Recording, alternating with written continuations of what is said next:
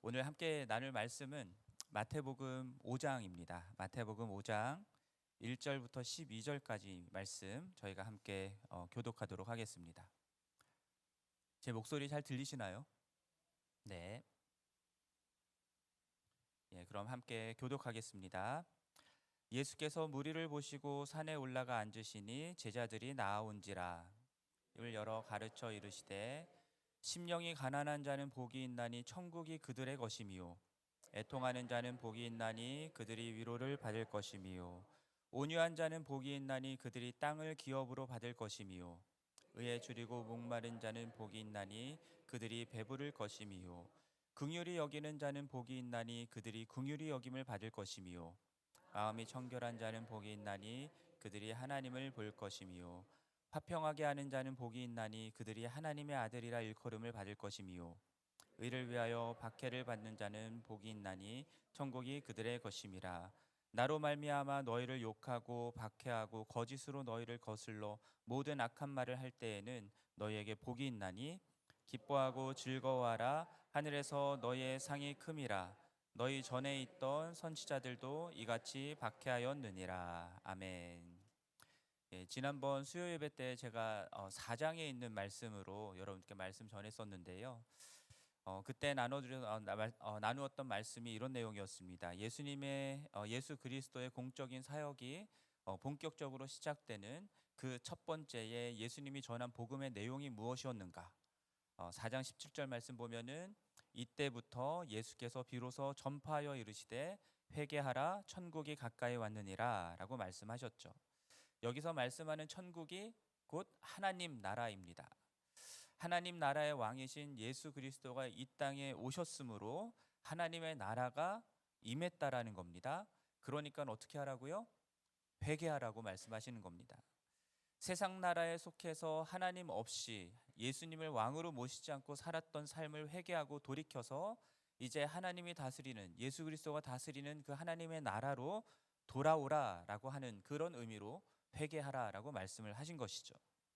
자, 그 후에 하나님의 나라를 함께 전파할 제자들을 부르시는 내용이 나왔었습니다. 나를 따라오라라고 말씀을 하시면서 그들로 사람을 낚는 어부가 되게 하시겠다라고 말씀하셨죠. 나를 따라오라라고 말씀하시는 것이 앞서 회개하라라고 말했던 것과 다르지 않다라고 말씀을 드렸었습니다. 예수 그리스도를 따르면서 사람 낚는 어부가 된다라고 하는 새로운 정체성과 사명대로 살아가기를 결단하고 순종하는 것, 그것이 곧 하나님 나라에 속한 하나님 나라로 돌이킨 자가 되는 것과 다르지 않기 때문입니다. 그래서 회개하고 예수 그리스도를 믿고 따르기로 한 모든 그리스도인들은 예수 그리스도를 따르는 제자요 사람 낚는 어부로서의 정체성과 사명을 가진 자들이 되었다라는 것을 말씀을 드렸었어요. 그래서 예수님은 그 이후로 사람 낚는 어부로 부르시는 그 부름에 순종한 제자들과 함께 갈릴리 온 지역을 두루 다니시면서 사역을 하셨습니다. 그때 하셨던 사역의 내용이 이제 4장 23절부터 25절까지에 나오는 내용들인데 회당에서 가르치셨고 천국 복음 곧 하나님 나라 복음을 전파하셨고 그 하나님의 나라가 지금 이곳에 임했다라는 것을 눈으로 볼 수 있게 사람들의 병들과 악한 것들을 고치는 일들을 행하셨습니다. 그리고 그 소문이 수리아 땅까지 퍼졌고요. 그래서 각종 병에 걸린 사람들, 고통 가운데 있는 사람들, 귀신 들린 사람들, 이런 사람들을 다 예수님께로 데려오는 그런 일들이 있었습니다. 자, 이렇게 하나님의 나라를 선포하시고 하나님 나라 복음을 증거하는 제자들을 부르시고 하나님 나라 복음을 가르치고 전파하며 모든 병을 고치는 것과 귀신을 쫓아내는 일들을 통해서 하나님의 나라가 임했다라는 사실을 눈으로 볼 수 있게 보여주는 이 모든 일들을 행하신 예수님이 이제 5장부터 7장까지에 거쳐서 하나님 나라에 속한 하나님의 백성 그리고 예수 그리스도를 따르는 예수의 제자는 도대체 어떻게 살아가는 사람들인가? 그들은 도대체 누구인가라고 하는 그런 말씀을 가르쳐 주고 계신데 그것이 바로 그 유명한 산상수훈이라고 하는 것입니다. 그래서 오늘 본문 5장 1절부터 2절까지의 말씀을 보면은 예수님이 그러한 무리들이 자신을 따르는 것들을 보시면서 산에 올라가 앉으셨다라고 말씀하죠. 그러자 예수님의 제자들이 나아왔다라고 합니다. 그리고 예수님이 입을 열어 가르치기 시작하셨습니다. 여기서 한 가지 질문이 생기는데, 여러분, 산상수훈 말씀은 누구에게 가르치신 걸까요? 제자일까요? 무리일까요? 예, 5장 1절 말씀을 보면은 산에 올라가 앉으시니 제자들이 나아왔다라고 얘기하니까 제자들을 상대로 가르치신 것이 맞습니다. 그런데 산상수훈 마지막 부분에 7장 28절 말씀 보면은 무리들이 그 가르치심에 놀랐다라고 되어 있어요. 그렇다면은 제자들이 들은 것도 맞고요, 무리들이 들은 것도 맞습니다.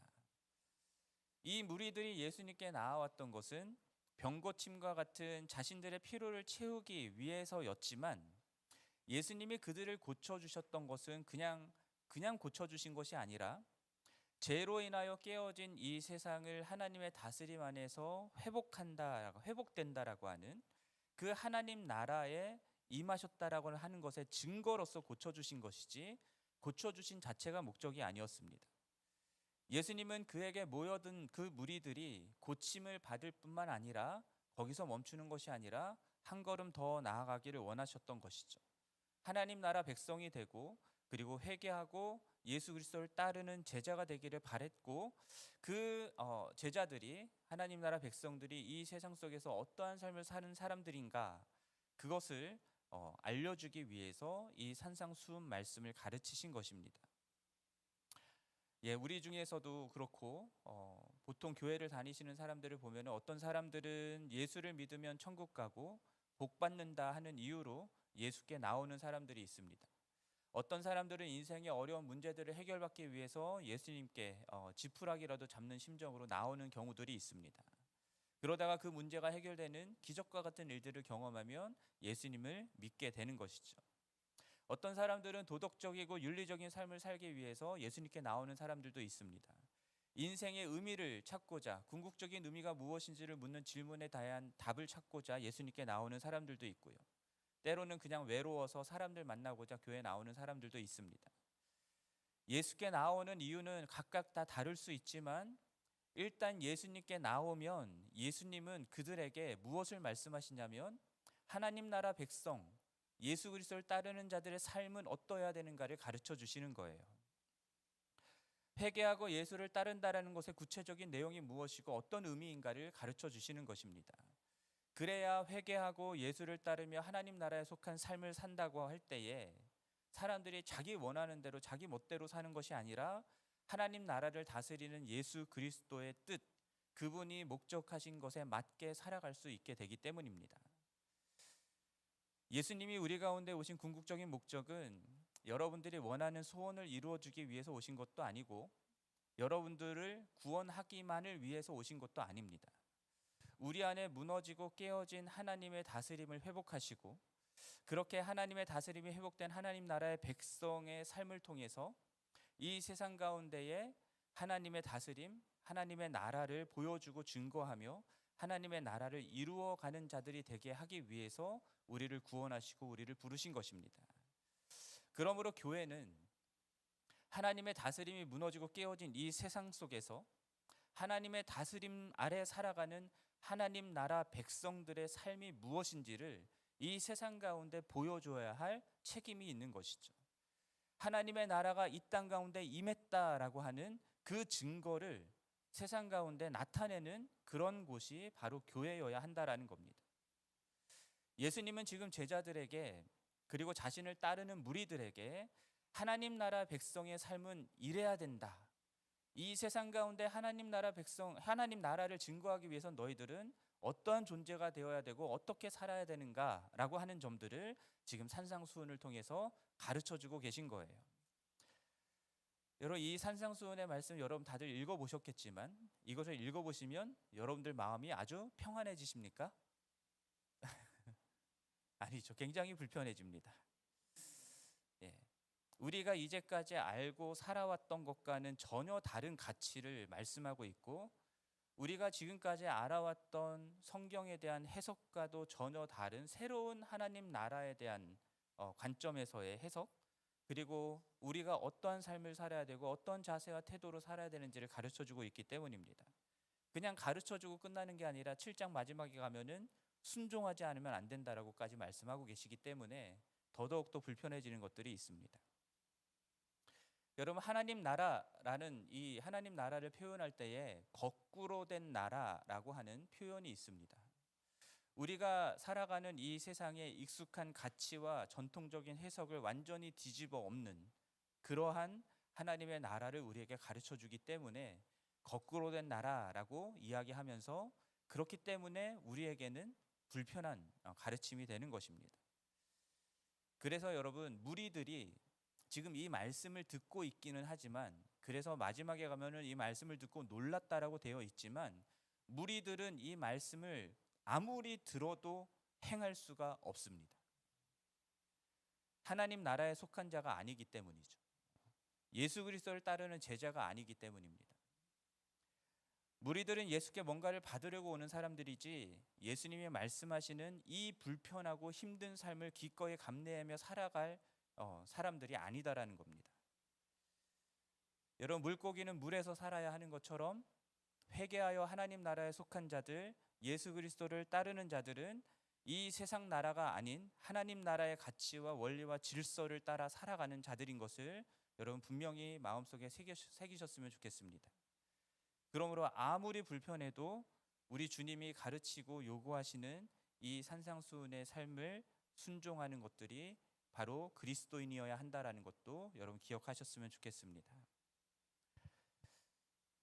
자, 산상수훈의 시작인 오늘 본문 3절부터 12절까지를 소위 팔복이라고 얘기하죠. 8가지 복 있는 자에 대한 말씀입니다. 이 팔복에 나오는 내용들도 이 세상에서 복이 있다라고 말하는 것과는 전혀 다른 복을 이야기하고 있습니다. 여러분, 세상에서 복이 있다고 하는 사람들은 보통 어떤 사람들입니까? 건강한 사람, 그렇죠? 일이 잘 풀리는 사람, 성공한 사람, 가족 간에 화목한 사람, 자녀들이 특별히 잘 되는 사람, 자녀들이 얼굴도 예쁘고 머리도 좋아서 공부도 잘하는데 직장도 잘 들어가서 돈도 잘 벌고 착하기까지 해요.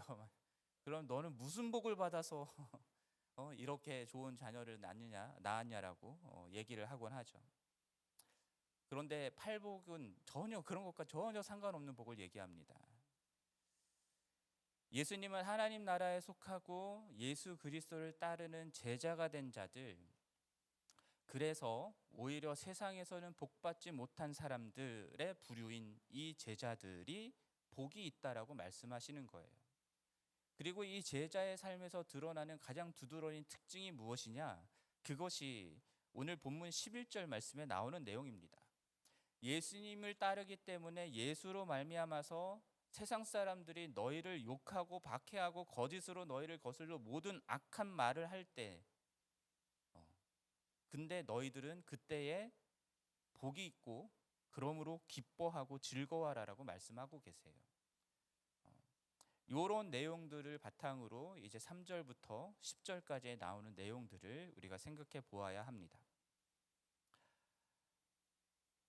말씀을 준비하다 보니까 팔복을 다 다룰 수가 없었습니다. 너무 길어져서 2시간은 해야 되겠네요.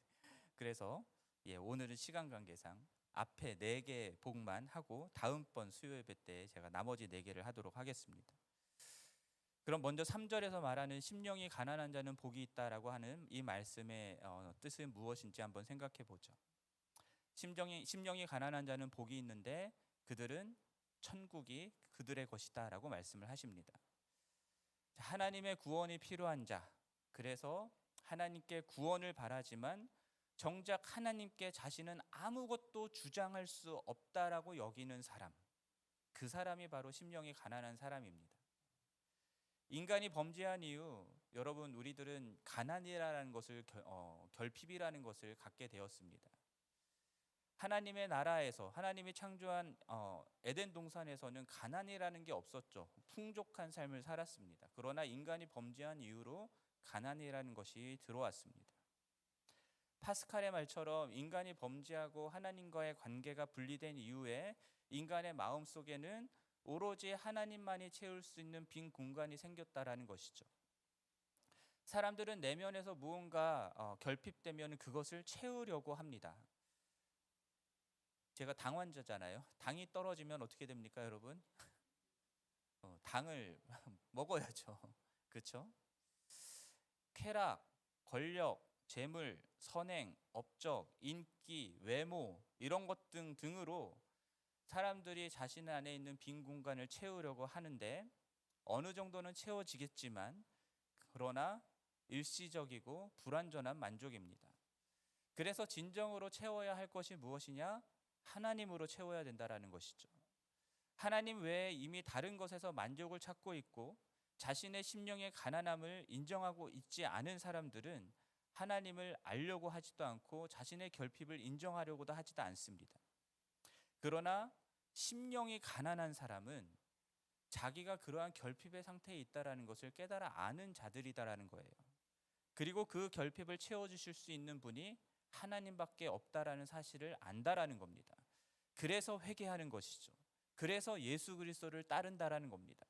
예수님이 하나님이신 줄 알고 그분의 부르심에 모든 것을 버려두고 서라도 그분을 얻고자 하는 그 마음이 심령이 가난한 사람의 마음이다라는 겁니다. 그런데 누가복음에서는 심령이 가난하다라고 말하지 않아요. 그냥 가난하다라고 얘기합니다. 실제로 가난한 것을 얘기합니다. 돈이 없어서 가난한 것을 얘기를 하는 것입니다. 여기에 그럴 만한 이유가 있다라고 생각이 들어요. 왜냐하면 여러분 실제로 가난하지 않고 이 세상에서 무언가를 얻을 수 있을 만큼 다 얻고 누리는 사람들, 만족하는 사람들은 자신의 심령의 가난함을 직시하기가 쉽지가 않습니다. 그리고 모든 것을 버려두고 예수님을 따른다라고 하는 것도 쉽지가 않죠. 자기 수중에 돈이 있고 권력이 나를 만족해 하고 내 삶을 책임지는 그 모든 것들이 내 안에 있다라고 생각하는 사람들은 하나님 없으면 안 되는 인생임에도 불구하고 하나님 없이도 내가 잘 살 수 있다 생각하는 경향이 있는 거예요. 예수님을 찾아왔던 부자 청년이 바로 그런 사람이었습니다. 네가 가지고 있는 돈 다 팔아서 재산을 다 팔아서 가난한 자들에게 주고 나를 쫓으라라고 말씀하셨을 때 그때의 제 부자 청년이 어떻게 합니까? 근심하며 돌아가게 되잖아요. 왜냐하면 자기가 가진 게 너무 많거든요. 그러니까 그것을 놓치지 않기 위해서 예수님도 포기하게 되는 일이 일어나는 겁니다. 물론 물질적으로 가난하다고 해서 심령이 다 가난한 것은 아닙니다. 물질적으로 가난하기 때문에 오히려 물질에 더 집착하시는 분들이 있죠. 결국은 물질이 많건 적건 하나님 외에 나를 만족시킬 수 있는 분은 없다라고 하는 그 사실을 깨달아 알게 된 자가 복이 있다라는 겁니다. 그것을 알기 때문에 하나님만 바라고 하나님만 구하고 하나님만 의지하는 사람들, 그러한 사람들이 심령이 가난한 사람들입니다. 그러한 자에게 하나님은 무엇을 주신다고요? 천국을 주신다고요. 하나님 나라를 주신다고요. 이 천국은 종교적으로 열심히 있는 사람들이 받는 게 아니라 어떤 사람이 받습니까? 심령이 가난한 자가 받는 겁니다. 그러니까 종교적으로 열심히 있다라고 자랑하는 것이 결코 자랑이 될 수가 없는 거죠. 심령이 가난한 자가 천국을 받는 것입니다. 그리고 내가 심령이 가난해서 내가 천국을 받을 뿐만 아니라 이 세상에 하나님이 아닌 다른 것으로 만족하고 살아가는 많은 사람들에게 예수 그리스도만이, 그리고 그분을 통해서 나아간 하나님만이 우리를 진정으로 만족해 하고 우리를 부욕해 하실 분이다라는 사실을 증거하는 자들이 바로 이 심령이 가난한 자들, 그래서 천국을 받은 사람들인 것이죠. 자, 4절에서는 애통하는 자가 복이 있다라고 말씀합니다. 애통하는 자는 이 세상에서 당하는 온갖 비극과 불의한 일들, 부당한 일들 때문에 슬퍼하고 아파하고 애통해하는, 우는 사람들을 말하는 겁니다. 근데 자기가 겪는 힘들고 어려운 일들만을 얘기하는 게 아니라 다른 사람들이 겪고 있는 일들에 대해서도 애통해하는 사람들을 말하는 겁니다. 여러분, 학교 가다가 재작년 12월 달에 제가 한국에서 저랑 같이 교회를 다녔던 그 후배가 있는데 그 아들이 학교에서 학교 근처 걸어가다가 음주운전한 차에 치여서 죽는 사건이 있었습니다. 여러분 뉴스 보셨을 거예요. 뉴스에 나왔었습니다. 그러니까 학교 가다가 그냥 이런 일들이 일어나는 거예요. 군대에서, 일터에서, 여행 가다가 그냥 자식이 죽는 일들이 일어나는 겁니다. 근데 도대체 왜 죽었는지 원인도 모르고 그냥 묻혀버리는 경우들도 많고요. 아무도 책임지지 않는 일들도 많습니다. 그래서 자식을 가슴에 묻으며 피눈물 뚝뚝 흘리는 부모님들이 있는 것이죠. 어느 날 갑자기 자녀나 가족이 행방불명됐는데 알고 보니 임신매매로 팔려가고 노예로 팔려가고 한 일들이 있는 거예요. 아동학대와 가정폭력에 시달리는 사람들 많은 거 여러분 아실 것이고요. 지구 반대편 어느 나라에서는 5살, 6살 된 아이들까지도 육체 노동을 시키는 일들이 비일비재합니다. 전쟁과 폭력 가운데 희생당하는 사람들 많고요. 그래서 자기의 살던 터전을 떠나서 다른 낯선 곳으로 가야 되는 난민들이 나타나는 것이고요. 그렇게 우리들도 이민 와서 여러분 가정 고생하셨잖아요. 가족 간의 갈등과 아픔도 겪으셨고 부모와 어른들에게 아이들이 상처와 아픔을 당하기도 하고 주류 사회로부터 배척당하고 하는 그런 일들도 경험하고 가난의 수렁에서 헤어나지 못해서 힘들어하는 사람들도 있고 불의하고 부당하고 부조리한 일들을 당함에도 불구하고 어디 가서 항변할 수도 없고 힘도 없고 돈도 없고 아무도 들어주지 않는 그런 일들을 당하는 사람들이 이 세상 가운데 너무 많잖아요. 그래서 애통해 하는 거예요. 그래서 우는 겁니다. 그래서 슬퍼하는 것이고. 이렇게 죄악된 세상 속에서 죄로 말미암는 슬프고 아픈 일들, 그런 것들을 직간접적으로 겪으면서 우리 가슴에 고구마 1000개 먹은 듯한 답답함과 억장이 무너지고 가슴을 치며 울부짖을 수밖에 없는 그런 사람들이 애통하는 자라고 말을 하는 겁니다. 그런데 회개하여서 하나님 나라에 속하고 예수 그리스도를 따르는 제자가 된 사람들은 죄악으로 인해서 고통받고 있는 이 세상과 이 세상의 많은 사람들을 보면서 같이 애통해 하는 거예요. 나 몰라라 하고 나는 하나님이 주시는 위로 받았으니까 괜찮아 하면서 나 혼자 좋게 살아가는 게 아니라 이 세상 속에서 그러한 애통함 가운데 울고 있는 사람들 곁에 나아가서 그들과 함께 애통해하고 울어주는 그런 일들을 하는 사람들이 그리스도인이라는 겁니다. 본래 하나님이 창조한 세상은 이런 일들이 없는 세상이었죠. 하나님의 다스림 아래에서는 사랑과 정의와 평화가 충만한 세상이었잖아요. 인간의 죄악으로 말미암아서 깨어져 버린 이 세상은 이렇게 애통해야 할 일들로 가득한 세상이 되어버렸고, 그런데 그러한 세상 가운데에 하나님의 나라가 임했다라고 하는 사실을 받아들이고 그 하나님 나라에 속하는 것을 택하고 예수를 따르기로 결단한 사람들에게는 주님이 주시는 위로가 임했잖아요. 그렇기 때문에 아직 그 위로를 맛보아 알지 못하는 많은 사람들에게 주님의 위로가 임했다라는 것을 증거하는 자들이 되는 것입니다. 결국에는 하나님이 애통하는 자들을 위로해 주실 날이 곧 온다라는 거죠. 요한계시록에서 말씀하는 것처럼 우리 눈에 눈물을 주님이 닦아주실 날이 온다라는 겁니다. 지금 이 세상 가운데에 온전히 하나님 나라가 이루어지진 않았지만 그러나 예수 그리스도로 말미암아서 하나님의 나라가 이 땅 가운데 임했다라는 사실을 우리가 믿고 알기 때문에 이미 그분이 우리의 눈에서 눈물을 닦아주는 것들을 매일의 삶 가운데서 경험하고 있기 때문에 이 세상 가운데에 애통해하는 사람들에게 나아가서 그날이 온다고 그들을 위로하고 세워주는 일들을 하는 자들이 그리스도인이라는 겁니다. 5절 말씀에서는 온유한 자는 복이 있다라고 말씀하십니다. 그들이 땅을 기업으로 받을 것이며 라고 말씀을 하시죠. 온유한 사람, 저는 그렇게 온유한 사람은 아닙니다. 아시다시피.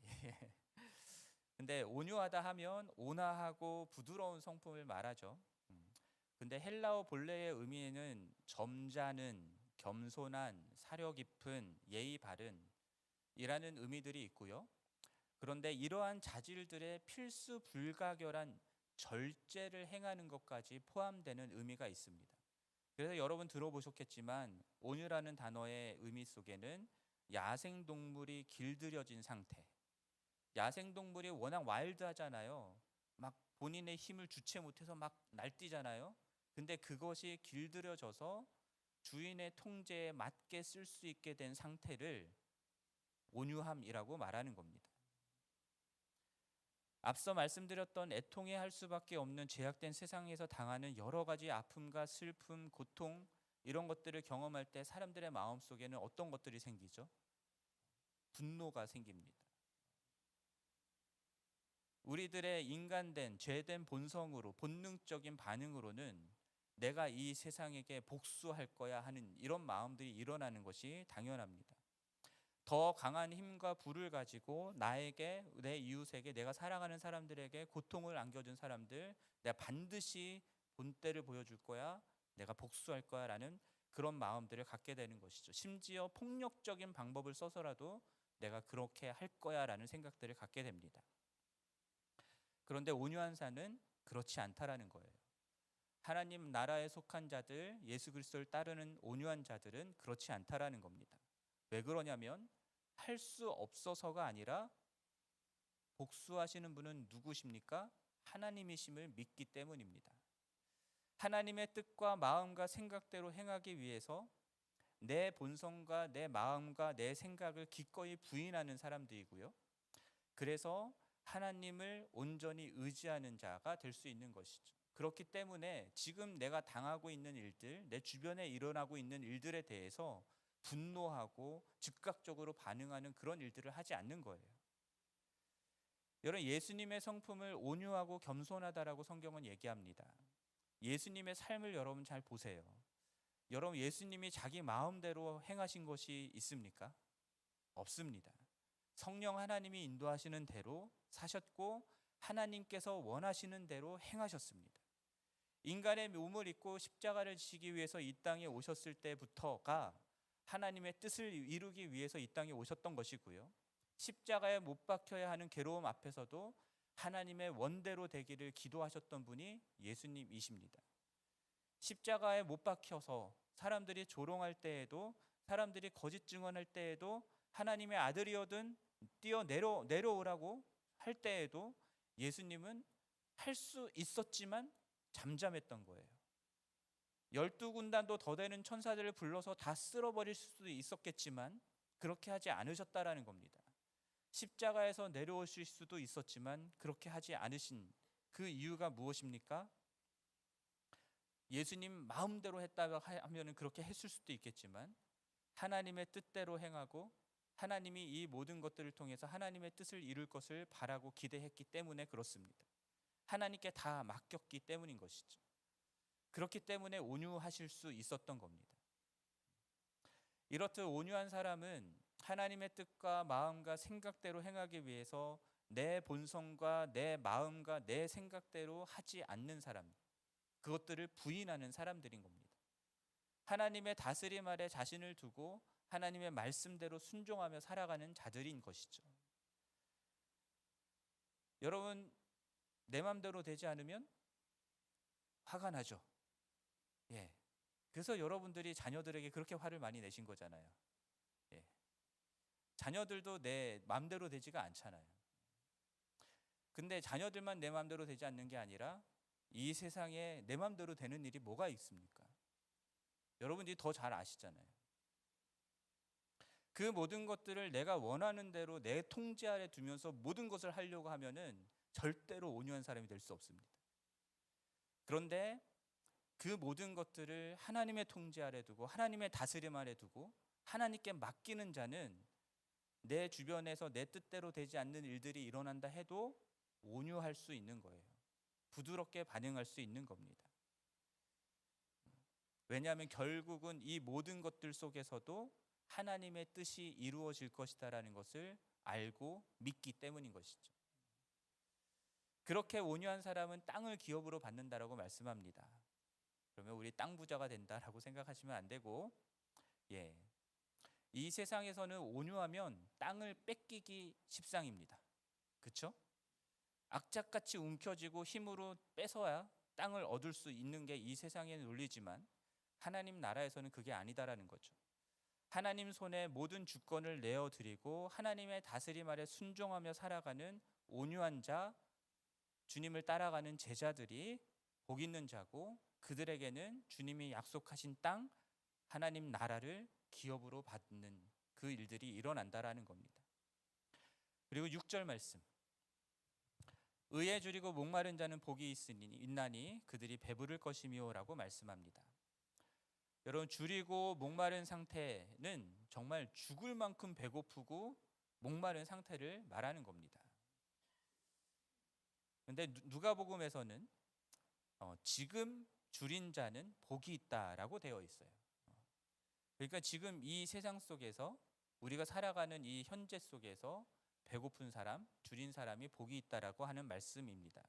근데 마태복음에서는 의에 줄이고 목마른 자라고, 의에라고 하는 이 표현을 집어넣었어요. 그렇기 때문에 우리가 이 줄이고 목마른 자라고 해석할 때에 그냥 단순히 배가 고파서 목말라서 힘들어하는 사람들을 말하는 게 아니라, 의 때문에, 의에 대해서 줄이고 목마른 것, 그것을 말하고 있음을 생각해 보아야 합니다. 그리스도인들이 의를 얘기할 때에 주로 개인적이고 영적인 차원에서의 의를 말하는 경향이 있습니다. 그래서 우리가 하나님 앞에 죄를 범하였고 그래서 의롭지 않은 상태인데, 그러한 우리를 예수 그리스도가 죗값을 대신 치르심으로 심판자이신 하나님께서 우리를 의롭다 여겨주셨다 라고 하는 그런 것을 우리가 믿고, 그렇게 우리가 구원받았다라고 얘기를 하죠. 그래서 하나님 앞에서 의롭지 못하기 때문에 구원을 얻을 수 있는 의에 대해서 내가 간절히 바라고 구하고 있는 상태, 의에 대하여 줄이고 목마른 자의 상태라고 할 수 있습니다. 그리고 이것은 앞에서 이야기했던 심령이 가난한 자의 상태와 거의 같은 상태인 것이죠. 나의 죄인됨과 하나님의 의가 절대적으로 내게는 없다라고 하는 사실, 그것을 절감하기 때문에 나에게는 없는 하나님의 의, 곧 예수 그리스도로 말미암는 그 의를 간절히 바라고 구하는 상태를 의에 줄이고 목마른 자의 상태다라고 얘기할 수 있는 거예요. 그러나 의라고 하는 단어에는요, 은혜로 의롭게 여김을 받는 의만 있는 게 아니라요, 성경 속에서는 하나님의 말씀대로 순종하는 자들이 의롭다라고 얘기하는 그 의도 있습니다. 근데 산상수훈 말씀 속에서 예수님이 말씀하실 때는 주로 어떤 의를 얘기하냐면, 일관되게 하나님의 말씀대로 순종하는 것에 대한 말씀을 하세요. 그렇기 때문에 여기서도 하나님의 말씀에 순종하는 의의 개념으로 의에 줄이고 목마르다라는 것으로 이해하는 것이 맞을 것 같습니다. 의에 줄이고 목마른 자들은 마음과 뜻과 힘을 다하여 하나님을 사랑하고 하나님의 뜻대로 행하고자 하는 사람들입니다. 그분의 말씀에 순종하고자 하는 사람들이죠. 죽을 만큼 굶주린 사람은 눈에 보이는 것이 뭐밖에 없습니까? 음식밖에 없잖아요. 그래서 만화 같은 거 보면은 사람도 먹을 걸로 보이고 막 이렇게 하는 일들이 일어나잖아요. 성경 시편에서도 사슴이 시냇물을 찾기에 갈급함이, 내가 내 심령이 주님을 찾기에 갈급하다라고 말하는 내용이 있는 것처럼, 하나님을 찾고 하나님의 뜻대로 행하는 그것에 온통 마음이 가 있는 사람, 그런 사람이 의에 줄이고 목마른 사람이다라고 할 수 있습니다. 근데 인간의 죄된 본성은 무엇에 줄이고 목마릅니까? 내 욕망을 채우는 것에 줄이고 목마릅니다.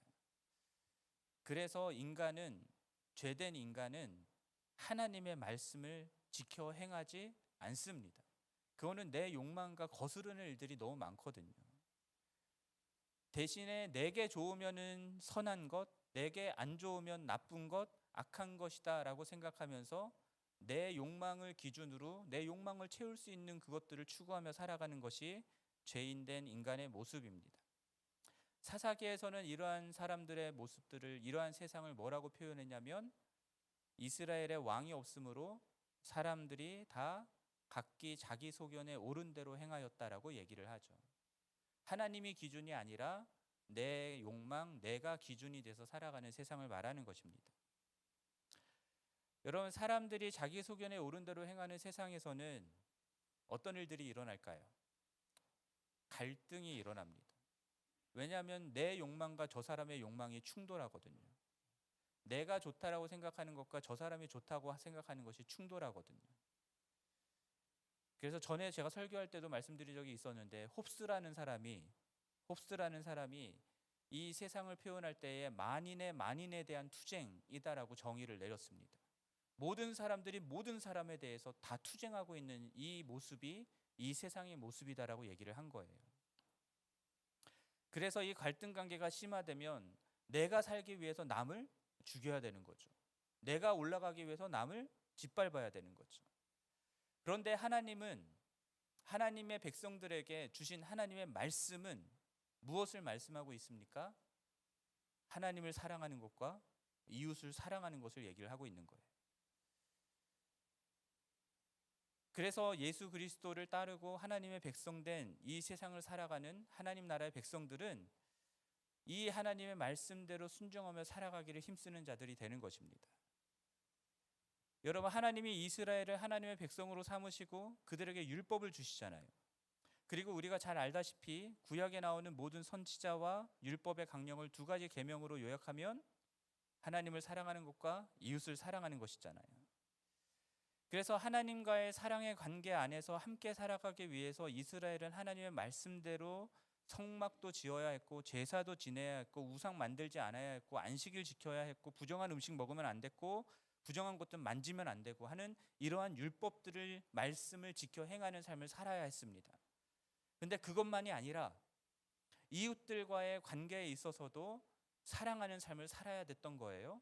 그래서 부모를 공경하라고 말씀하시고 살인하지 말라 하시고 간음하지 말라 하시고 거짓 증거하지 말라 하시고 공정한 재판을 하라 말씀하시고 사회적으로 약한 사람인 고아와 과부와 나그네들 돌아보라고 말씀하시고 가난한 자들을 구제하는 삶들을 살라라고 말씀하시는 일들이 있었던 것입니다.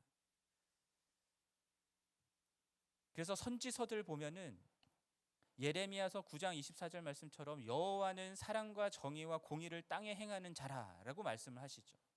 이 세상 가운데에 사랑과 정의와 공의를 행하시는 하나님, 그 하나님의 다스림이 이 땅 가운데 임하게 하기 위해서 의롭지 못한 이 세상 가운데 살아가는 하나님 나라 백성들은 하나님이 우리에게 하나님 나라에서 행하시는 그 사랑과 정의와 공의를 이 땅 가운데 행하며 살아갈 이유가 있는 것입니다. 그래서 하나님 나라의 백성들은 의로운 삶을 사는 거예요. 그냥 나 의로워지는 그런 삶이 아니라 이 세상을 하나님의 공의로운 심판 앞에서 정말 의롭다 여겨질 수 있는 그런 일들이 일어나도록 살아가는 것입니다. 그리고 그것을 다른 표현으로 하면 이웃을 사랑한다라고 얘기를 하는 거예요. 그래서 구약의 선지서들을 보면요, 이스라엘 백성들이 하나님 사랑을 어기고 우상 숭배한 것에 대해서 책망하죠. 그런데 그것만이 아니에요. 우상 숭배하며 영적인 음행을 저지른 것에만 대해서 책망하시는 것이 아니라 이웃 사랑을 어기고 가난한 자들을 억압하고 고아와 과부와 같은 이들을 돌보지 않았기 때문에 너희들이 심판받는다라고 말씀하시는 내용들도 같이 나오는 겁니다. 여러분, 우리가 살아가는 이 세상은 하나님 나라와 정반대에 있는 세상 나라라고 할 수 있습니다. 그래서 불의합니다. 그러한 세상을 살아가는 우리는 주님의 은혜로 의롭게 되었으니 나 배부르다 하면서 나 만족하며 살아갈 수가 없는 것이죠. 그러한 세상 가운데서 하나님의 사랑과 공의가 이루어지는 세상을 향한 목마름과 그 갈망이 있는 것입니다. 그래서 하나님을 사랑하고 이웃을 사랑하라고 말씀하시는 말씀에 순종하면서 이 땅 가운데 그 하나님의 의로움을 이루고자 노력하며 살아가는 사람들이 되는 것입니다. 그리고 그러한 그리스도인들의 삶들을 보면서 이 세상에 있는 많은 사람들은 하나님의 나라가 사랑과 공의, 정의로 다스려지는 나라다라는 사실을 알게 되고 그 하나님 나라를 다스리는 하나님도 그 사랑과 정의와 공의의 하나님이다라는 사실을 알게 되는 것이죠.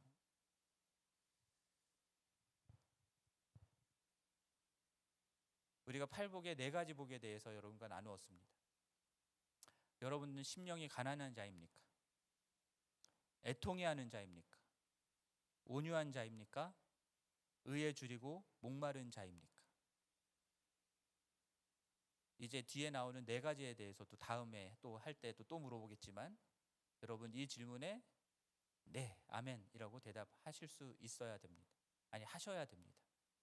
그래야 그리스도인입니다. 그래야 예수님을 따르는 제자인 것입니다.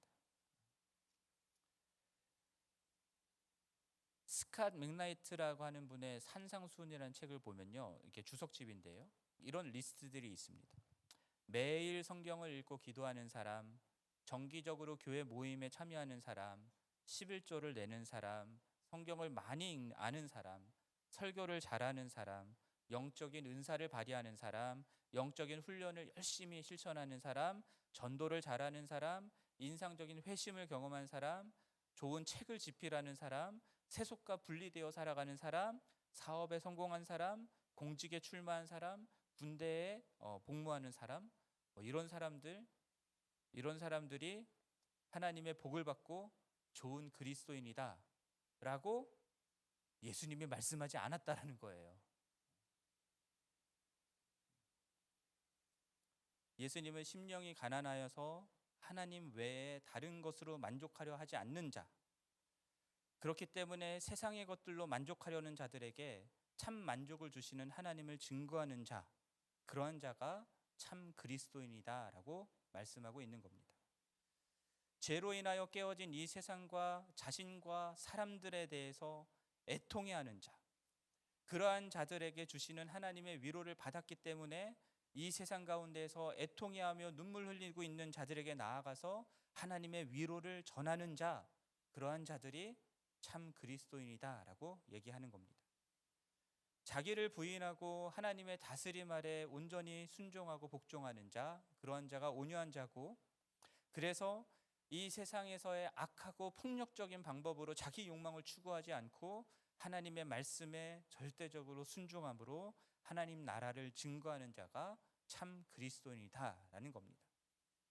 그리고 불의한 이 세상에서 하나님의 말씀에 순종함으로 이루는 의에 대하여 줄이고 목마른 자, 그렇기 때문에 하나님을 사랑하고 이웃을 사랑하라고 하시는 하나님의 말씀에 순종함으로 이 땅 가운데 하나님의 사랑과 정의와 공의를 이루고자 하는 자, 그러한 자들이 참 그리스도인이다라고 하는 겁니다. 스캇 맥나이트가 말했던 그런 리스트들이 소용없다라는 얘기가 아닙니다. 그렇게 성경 열심히 읽으시고요, 기도 열심히 하시고 교회 모임에 열심히 참여하시고 11조도 열심히 내시고 하는 그런 일들을 열심히 다 하셔야 됩니다. 근데 그러한 것들을 통해서 여러분들은 어떠한 자가 되어야 되느냐? 심령이 가난한 자, 애통해하는 자, 온유한 자, 그리고 의에 줄이고 목마른 자들이 되어야 된다라는 거예요. 그것 없이 위에 것만 열심히 하면 아무 의미가 없다라는 겁니다. 여러분 모두가 이미 주님의 복을 받은 자들입니다. 그리고 하나님 나라에 속하였고 예수 그리스도를 따르고자 결단하고 모든 것들을 버려두고 주님을 따르고자 하는 자들임을 믿습니다. 여러분들의 삶 가운데 부어주시는 주님의 복으로 인해서 여러분 한 분 한 분이 이 팔복에 나오는 이러한 복들을 풍성히 누리면서 또 이 세상의 많은 사람들에게 하나님 나라에 속하는 이 복을 나누어주는 우리 모두가 되기를 주님의 이름으로 간절히 축원합니다.